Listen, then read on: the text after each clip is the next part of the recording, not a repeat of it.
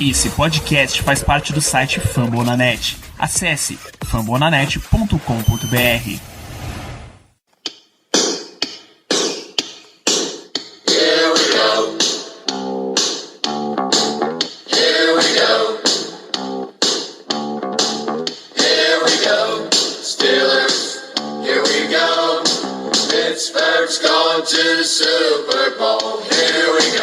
Muito bem, pessoal, estamos começando mais uma edição do Black Yellow Brasil Podcast, esse episódio número 176, no seu programa sobre o Pittsburgh Steelers para todo o Brasil, direto de fambonanet.com.br, do iTunes, Spotify, do Deezer, ou da toalha terrível, girando ferozmente para afastar certos corvos.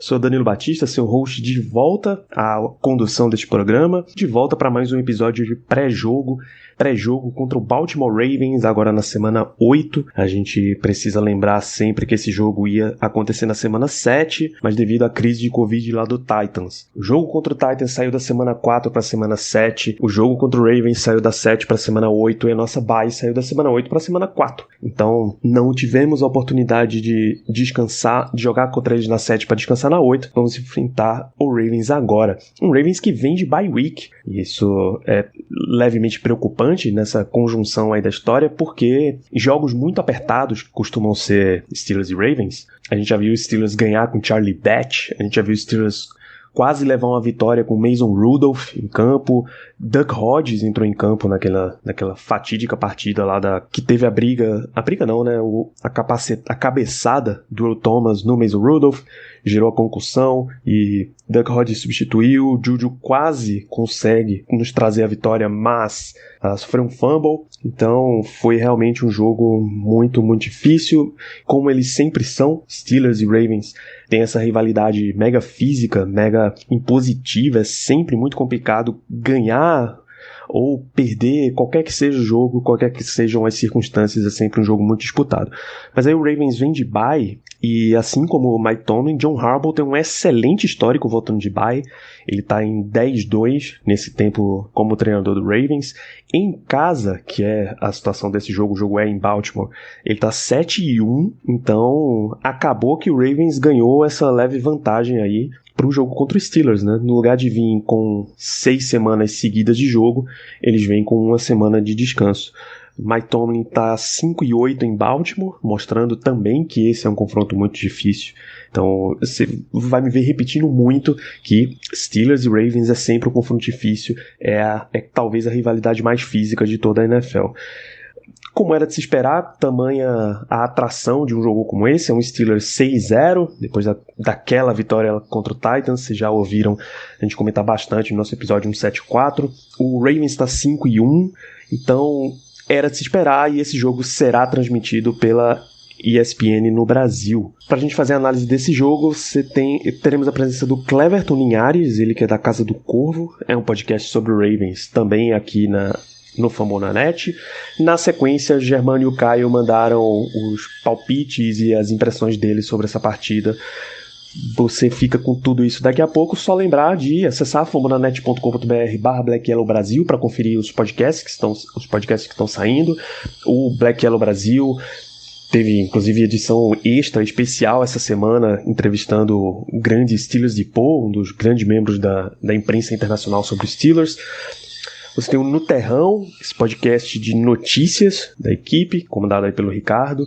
Então tem muita coisa saindo por lá. Segue no Spotify, assina no iTunes, deixa suas 5 estrelas. Está disponível também no Google Podcast, no Deezer. Tem muito lugar onde você pode ouvir o Black Yellow Brasil. E segue nas redes sociais, o Twitter, o Instagram, @BlackYellowBR, e o Telegram, o canal no Telegram, t.me/BlackYellowBR. Então fica aí com o meu papo com o Cleverton, os palpites do Caio e do Germano. Um grande abraço.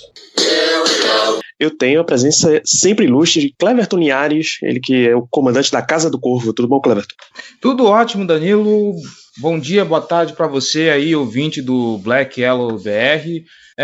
Talvez não tão ilustre, né? Porque eu costumo falar que a Casa do Corvo só é conduzida porque eu estou cercado de gente muito talentosa, então veio mais humilde hoje para participar, mas bora lá falar desse aí que é a maior rivalidade da história da NFL, e quem discorda tá errado. É verdade, concordo plenamente com você, inclusive Eu devo dizer que me sinto na mesma posição, somos apenas peões nessa grande máquina chamada podcast. Nossa, que poético, hein? Não é, rapaz? Vamos começar então falando da situação em que o Ravens chega. É uma situação, confia pra mim, é 5-1 a campanha, já que acabaram de sair em bye, então são 6 jogos, uma derrota só para Kansas City Chiefs, mas ainda assim existe por aqui a sensação de, tá 6-0, mas não ganhou de ninguém. Para as 5 vitórias do Ravens, esse é o caso também?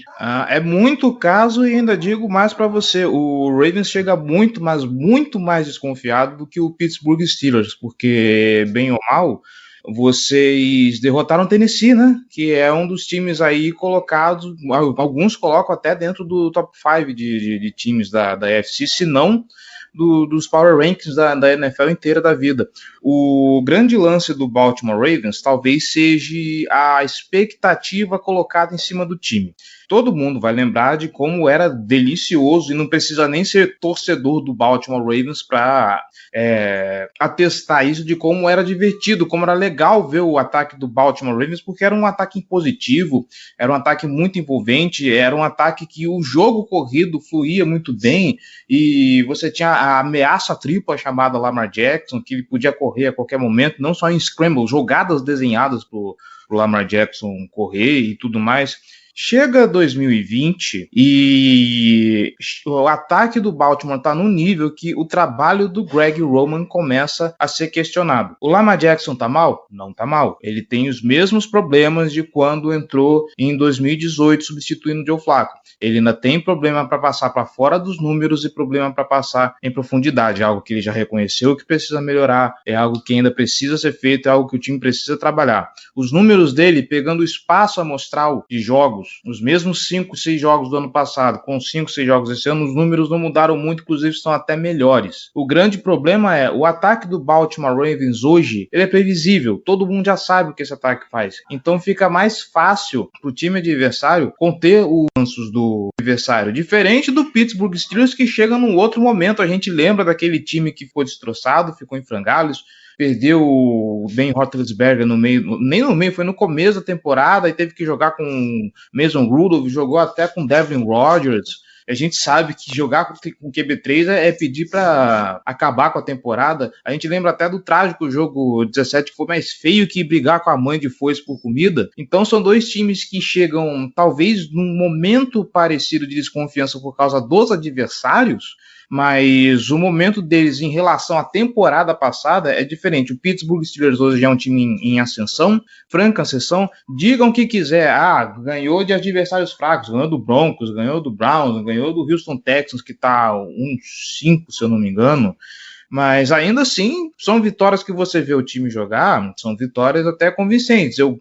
Vamos entrar nisso mais na frente, mas o Pittsburgh Steelers me parece que tem problemas para fechar jogos. Fora isso, é um time bem ajeitado, o Roethlisberger veio muito bem para 2020, o Baltimore Ravens vem com essa sombra de desconfiança. A gente tem esse problema no ataque, que é muito previsível, o Lamar Jackson só tem um alvo e meio, que é o Mark Andrews e o Marquise Brown. Inclusive no jogo contra o Bengals ficou muito claro que dos 26 passes que o Lamar Jackson deu, 15 foram entre Lamar Jackson, foram entre Marquise Brown. O corrido não entrar, no corrido não entrar, o Greg Roman tá contando muito só com o Mark Ingram. Veio o calor o J.K. Dobbins com uma expectativa muito alta, porque é o cara que vai transformar pequenas jogadas em big plays. Ele é muito pouco acionado.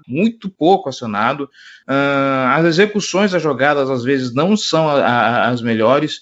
Os outros recebedores não estão na mesma página que o Lamar Jackson, então é um time que chega com um QB muito bom, mas que as peças em volta estão com problemas, além disso que a gente falou a respeito de running back, de wide receiver. A linha ofensiva tem sentido muito. A gente está vendo o Lamar Jackson mais pressionado, porque o Yanda está fazendo falta, e sem a pré-temporada o time ainda não encontrou a receita para uma linha ofensiva consistente.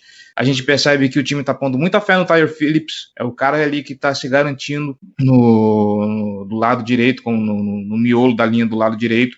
Mas, como a gente comentou no podcast, o Harbaugh está tendo que fazer ajuste e tá tendo que trocar a roda com o carro andando. Então fica muito complicado. A defesa não mexeu muita coisa, a gente pode até falar disso mais tarde, mas a grande desconfiança do Baltimore Ravens para essa temporada é isso. O ataque não traz nada de novo. Apesar dos números bons do Lamar Jackson, o que está em volta dele não está ajudando o o Baltimore Ravens se mostrar um ataque poderoso, um ataque convincente. Tá vencendo, mas não tá convencendo. E quando pega um time mais forte como o Kansas City Chiefs, a gente viu no Monday Night Football a cacetada que foi. É isso, embora qualquer que seja a situação, até como você lembrou, qualquer que seja o estágio dos dois times, esse seja um jogo muito, muito difícil. A gente já viu, por exemplo, o Steelers ganhar com Charlie Batch como quarterback, já viu competir muito forte com Mason Rudolph como quarterback. Então, não importa quem esteja no comando, qual a situação dos dois times, é sempre muito difícil.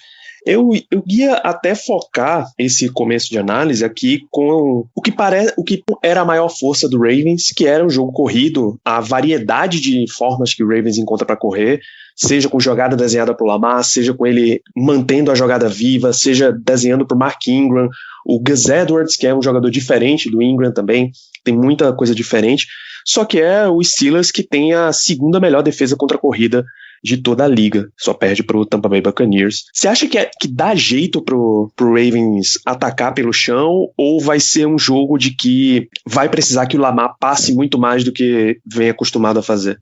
Eu acho com certeza que vai ter que passar pelo braço do Lamar esse jogo, porque se a gente pegar, o Baltimore Ravens não tá correndo mal, a verdade é essa, não está correndo tão mal. Você vê os running backs do Baltimore Ravens conseguir lá suas 4 jardas de média por jogo. Mas o problema é, como eu falei, o ataque está previsível e você não tem uma linha ofensiva do lado de Baltimore que consiga bloquear bem para o jogo corrido entrar e fazer coisas muito explosivas. O próprio Lamar Jackson, a gente está vendo que ele está correndo menos, inclusive, e aí fica naquela disputa, está correndo menos porque não está tendo espaço ou porque estão colocando ele para passar mais a bola, porque às vezes fica essa impressão, como ele é um cara que precisa se desenvolver como passador, de novo, reforça os números tão bons, mas ainda tem coisas que precisa melhorar, e a gente fica nessa. Por não ter pré-temporada, estão colocando ele para se esforçar, para treinar, no meio dos jogos, sabe? Vamos botar o quarterback para passar um pouco mais e vamos ver o que acontece. Como eu falei, a linha ofensiva não bloqueia bem.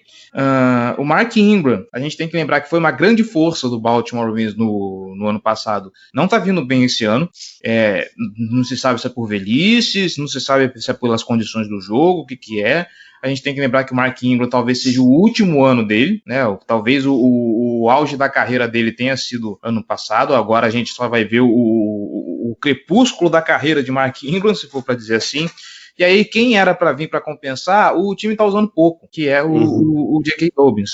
E como você acabou de falar, a DL do Steelers é muito forte, é uma DL que fecha muito contra o jogo corrido. Então, torcedores do Baltimore que estão ouvindo isso, não espere grandes coisas do jogo corrido do Baltimore Ravens para essa disputa. Pode ser que o time consiga desenvolver alguma coisa? Pode ser. O Greg Roman é muito bom, principalmente desse tipo de chamada. Às vezes ele até abusa até demais. Ele achou que contra o Philadelphia Eagles daria conta de parar o relógio, chamando 3 corridas, faltando 50 segundos para acabar o primeiro tempo. E ainda deu chance do Philadelphia Eagles chutar um field goal, quiçá um touchdown, que por sorte não aconteceu. É nessa que a gente vê que o Greg Roman às vezes pesa a mão, sabe? Devagar com a andor aí, vamos tentar colocar o Lamar para passar, quando tem que passar, vamos correr quando tem que correr.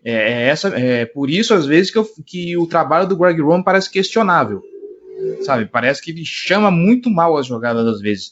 Então, respondendo a sua pergunta, eu acho que sim, vai passar um pouco pelo braço do Lamar, porque correr contra o Pittsburgh Steelers vai ser difícil, vai ser bem complicadinho. Tendo uma linha ofensiva do outro lado, desfalcada, desde a aposentadoria do Yanda, que não bloqueia bem para corrida, vai ser um pouquinho complicadinho contar com isso. Eu espero, talvez, que Dobbs seja mais nada, porque ele é o cara que está rendendo mais.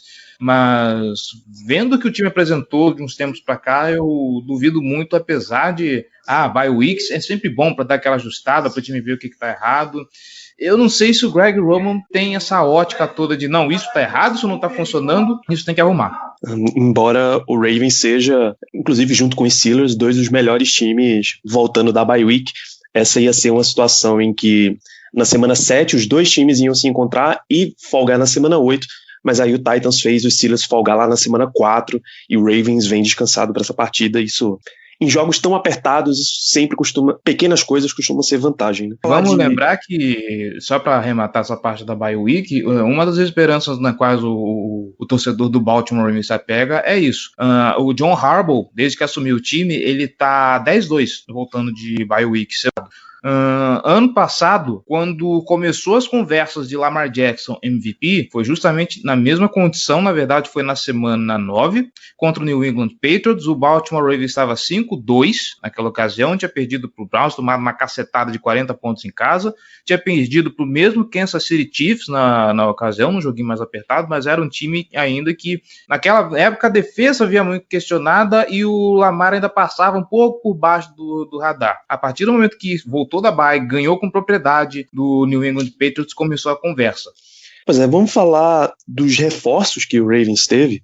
A linha defensiva foi muito bem reforçada nessa off-season, era um setor que preocupava até desde sei lá, a saída do Terrell Suggs, o Pierce saiu e foi desmontando aos poucos, mas Derek Wolfe, Calais Campbell, dois grandes reforços ainda na off-season, e agora o Yannick Ngakoue chegando por troca.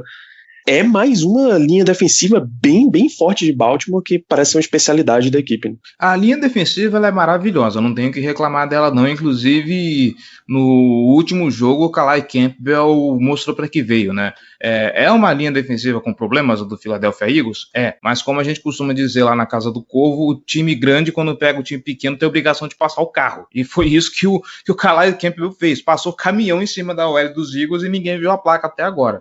E o grande problema é o seguinte, a linha defensiva é muito boa, tá conseguindo gerar as pressões por dentro, tá muito bom, você pega os números do Calais Campbell, não poderiam ser melhores pro que ele se propôs a fazer, só que uma coisa que o Baltimore Ravens precisava fazer, e eles foram numa linha diferente, era melhorar o pass rush do time. As pressões por fora não estão funcionando. Qual que era a ideia? Vamos contratar Derek Wolfe, vamos contratar Calais Campbell, eles vão jogar junto com o Brandon Williams, vai ser uma DL que vai botar pressão por dentro, vai impor respeito, para você deixar os edges mais soltos e assim conseguir o sec, conseguir fazer pressão, conseguir alguns QB hits, e não está funcionando. Inclusive, esse é um dos muitos motivos pelo qual o Martindale chama blitz, porque não dá para você chamar uma outra formação, fazer pressão e você contar com o Matthew Judon, você contar com Tyus Bowser, você contar com Jalen Ferguson, sabe? O Tyus Bowser, ele consegue produzir um pouco mais, o Jalen Ferguson,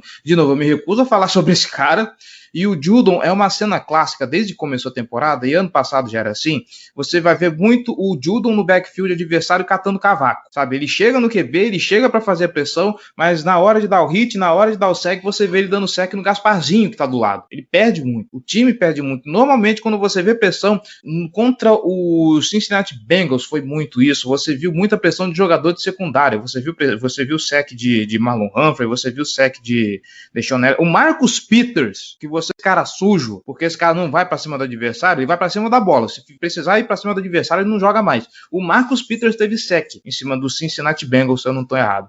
Então, assim, a linha vai muito bem, obrigado, ela tem bons números, ela sabe sim fazer as pressões por dentro. É difícil ganhar do Calais Campbell no X1, se tiver um bloqueio ali, 1-1 ali, o Calais Campbell vai ganhar praticamente todas, e do lado dele tem gente muito boa também, tem o Brandon Williams, que sabe bloquear bem também pro passe, mas ainda assim a linha, apesar de boa, ela veio para arrumar uma deficiência do time que ainda não se acertou, e para isso tá vindo o Yannick Ngakoue, para justamente colocar um cara bom do lado do Matthew Judon, para quem sabe, o Ngakoue tá vindo do Minnesota Vikings, o pessoal reclama muito do volume de sacks do Ngakoue, porque é alto, mas não são aqueles sacks que ele vai no X1, sabe? Ele vai no X1 contra o defensor, chega no QB e blau, vai lá e dá o sec.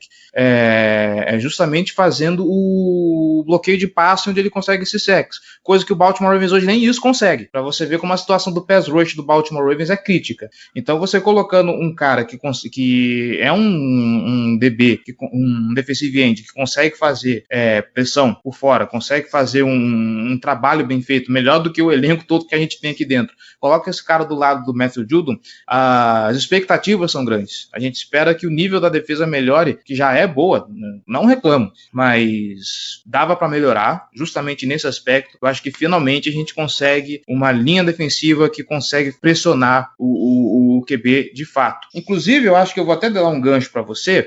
Muita gente fala que o pessoal reclama que o Baltimore Ravens chama blitz e todo mundo critica. O Pittsburgh Steelers também chama blitz e todo mundo critica. Só que o Pittsburgh Steelers, eles chamam blitz, só que eles têm jogadores de qualidade, né? Eles têm um cara chamado, inclusive, TJ Watt, do outro lado, que é candidato a defensor do ano. Então, os números dos Steelers, a eficiência dos Steelers em blitz é melhor do que a nossa, porque a gente não consegue fazer pressão, não consegue gerar turnover, não consegue fazer um sack por conta da blitz. Você pega um QB mais experiente, por exemplo, se for jogar agora contra o Ben Roethlisberger, o Ben Roethlisberger é um monstro jogando contra a blitz, é um cara que sabe fazer a leitura, é um cara que vai queimar o fundo do campo se ele fizer a leitura correta, e quase sempre ele faz a leitura correta. Então esse é um dos grandes perigos da defesa do Baltimore Ravens para esse jogo. Por mais que tenha jogadores muito bons, as trincheiras me preocupam, e se o nosso ADL não conseguir fazer a pressão de verdade para cima do Roethlisberger, se deixar para secundária segurar o Rojão, eu temo muito por esse jogo. Esse vai ser um jogo bastante resolvido pelas trincheiras, e o Steelers ele tem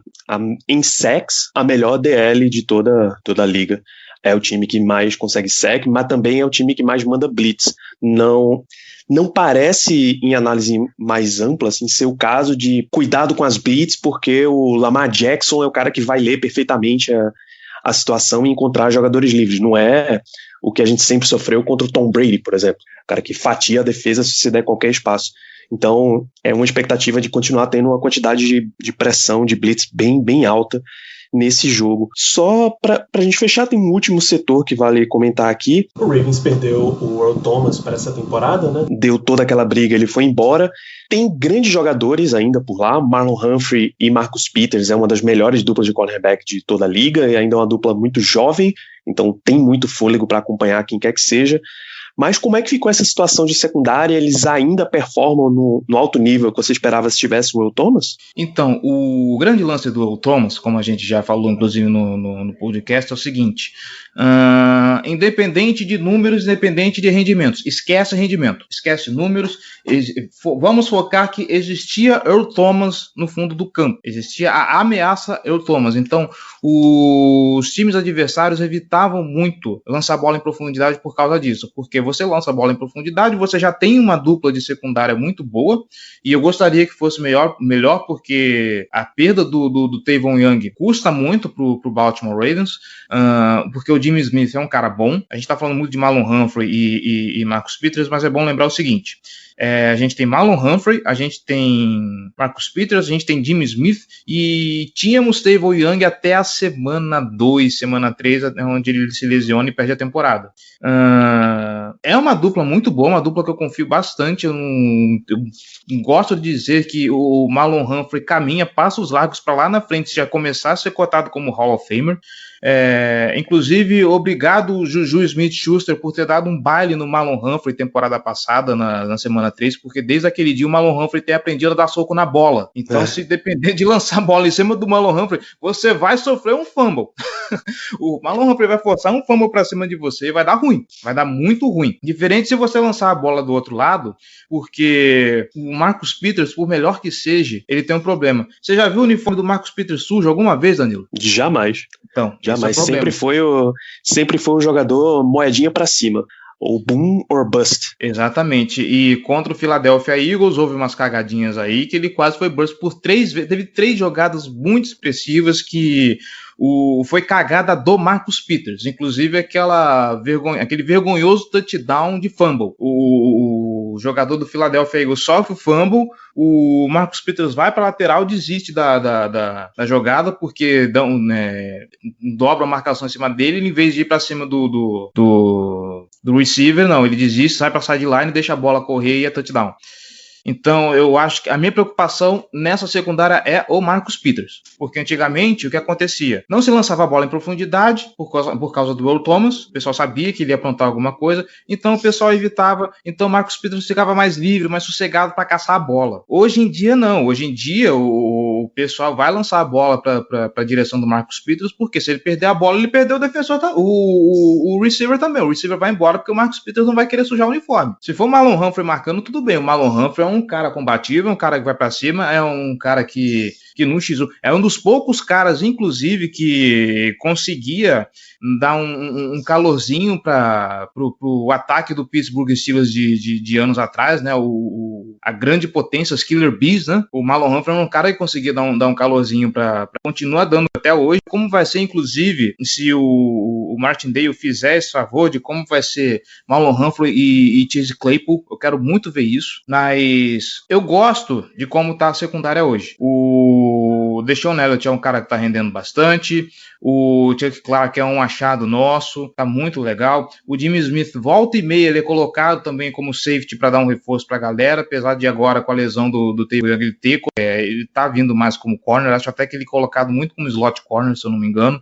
Mas é isso, eu acho que se for para explorar a secundária do Baltimore Ravens, o caminho para os Steelers é isso, focar do lado que tiver o Marcus Peters, porque ele não é o cara que vai marcar o recebedor, ele é o cara que ele vai focar em fazer a interceptação, ele vai na bola. Inclusive, isso foi o diferencial no jogo contra o Kansas City Chiefs. O Andy Reid soube explorar muito esse tipo de situação, muito porque ele já conhecia o Marcus Peters, ele sabia como funcionava a cabeça dele. Então, é por ali que os Steelers têm que atacar para achar os espaços ali na secundária. De novo, a dupla de safeties que tem hoje é boa, só que antigamente se lançava pouco ali porque o pessoal sabia que tinha o Earl Thomas lá e o Earl Thomas era um cachorro louco, sabe? A ameaça dele era muito presente, então o pessoal tinha medo de lançar e fazer alguma cagada.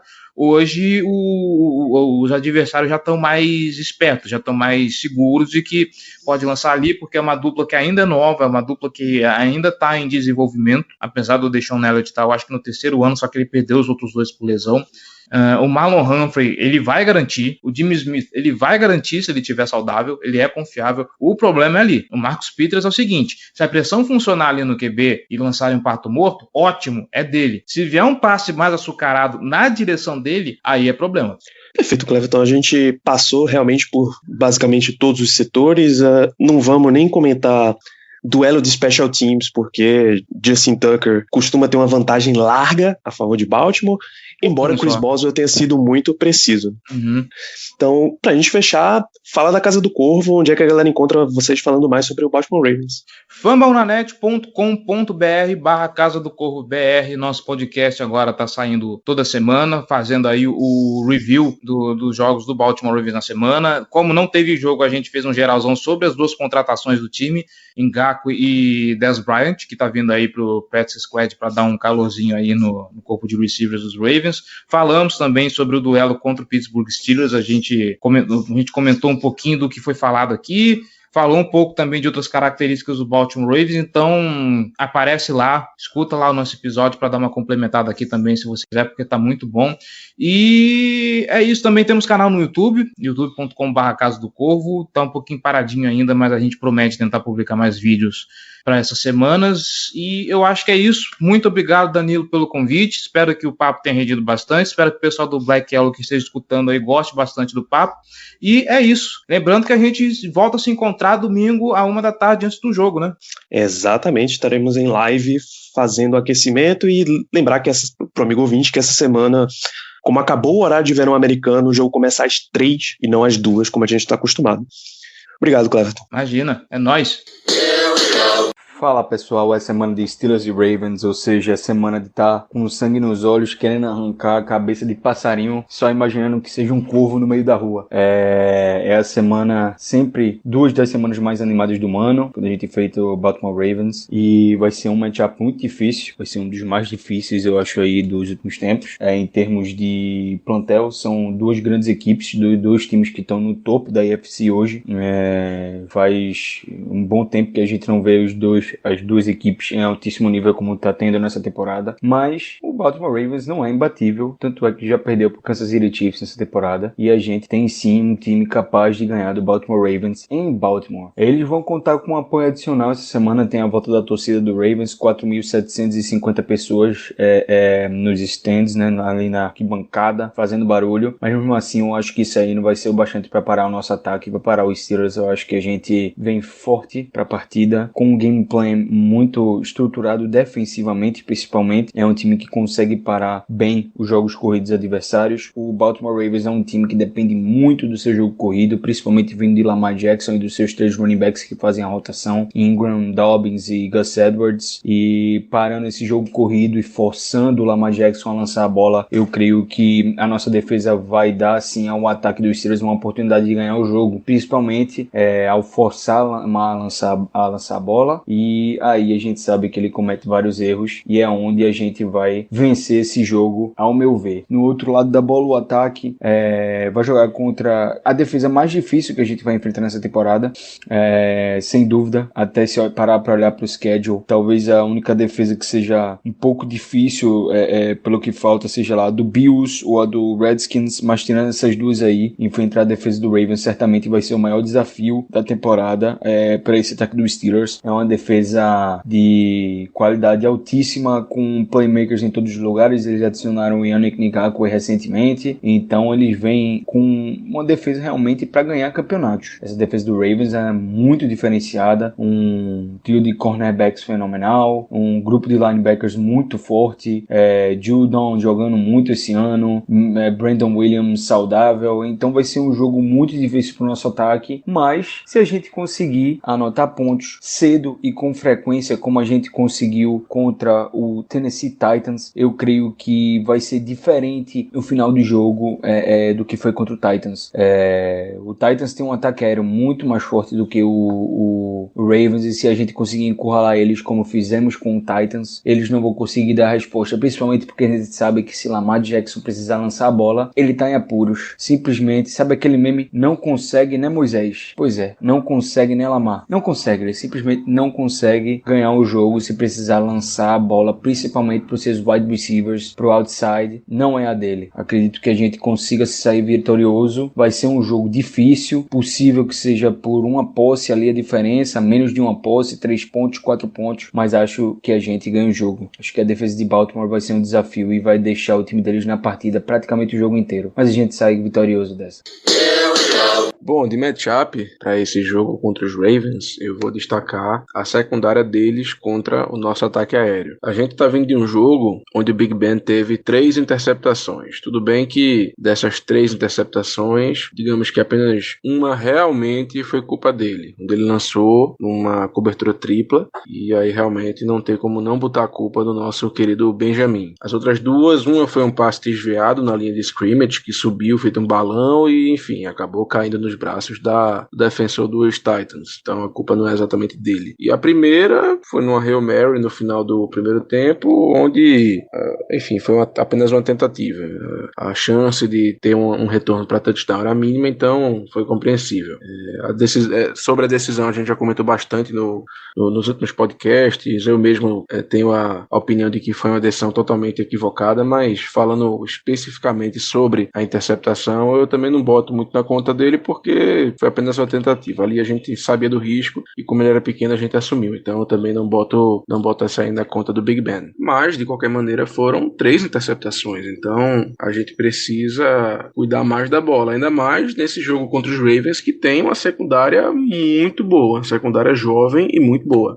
Como cornerbacks, os 3 principais são o Marlon Humphrey, que vem se provando um dos melhores cornerbacks da liga. Tá? Um cara que talvez ainda não tenha esse nome todo feito o Tre'Davious White, o Stephon Gilmore, mas sinceramente ele realmente é muito bom, muito bom. O cara que veio de Alabama, ainda lembro dele na época do draft, cara que o pessoal ficava meio assim, porque lá em Alabama a técnica que eles usam é um pouco diferente da que normalmente é usada na NFL, mas um cara que vem se provando aí um ótimo jogador.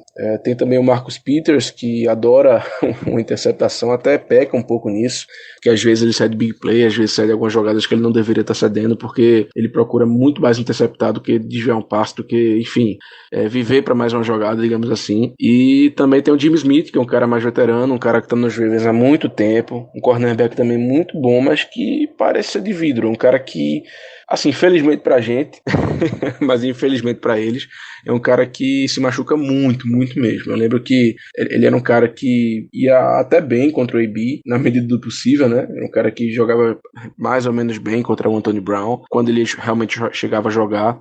E de safety tem o Chuck Clark, tem o Deshaun Elliott, que eu gostava também muito na época do draft. São dois jogadores também bastante interessantes. Enfim, eu creio que vai ser a melhor secundária até agora que a gente vai enfrentar. Então, o Big Ben vai ter que segurar melhor essa bola, vai ter que cuidar mais dessa bola, porque a gente sabe que uma interceptação, um turnover, principalmente no jogo contra os Ravens, pode acabar decidindo a partida.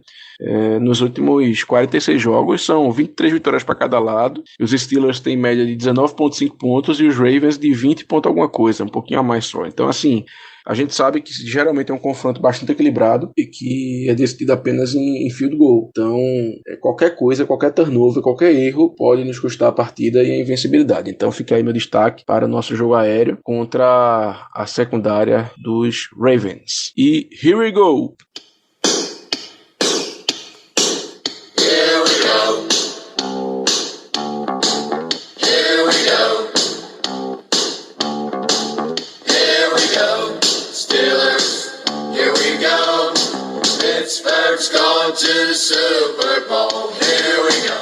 It is Ryan Seacrest here. Everybody needs some variety in life. That's what I love about Chumba Casino. They know how to keep things fresh and exciting. All their games are free to play, like spin slots, bingo, and solitaire. You can claim free daily login bonuses, too. And they release new games every week. So spice things up with ChumbaCasino.com now for your chance to redeem some serious prizes. Sponsored by Chumba Casino. No purchase necessary. VGW Group. Void where prohibited by law. 18 plus terms and conditions apply.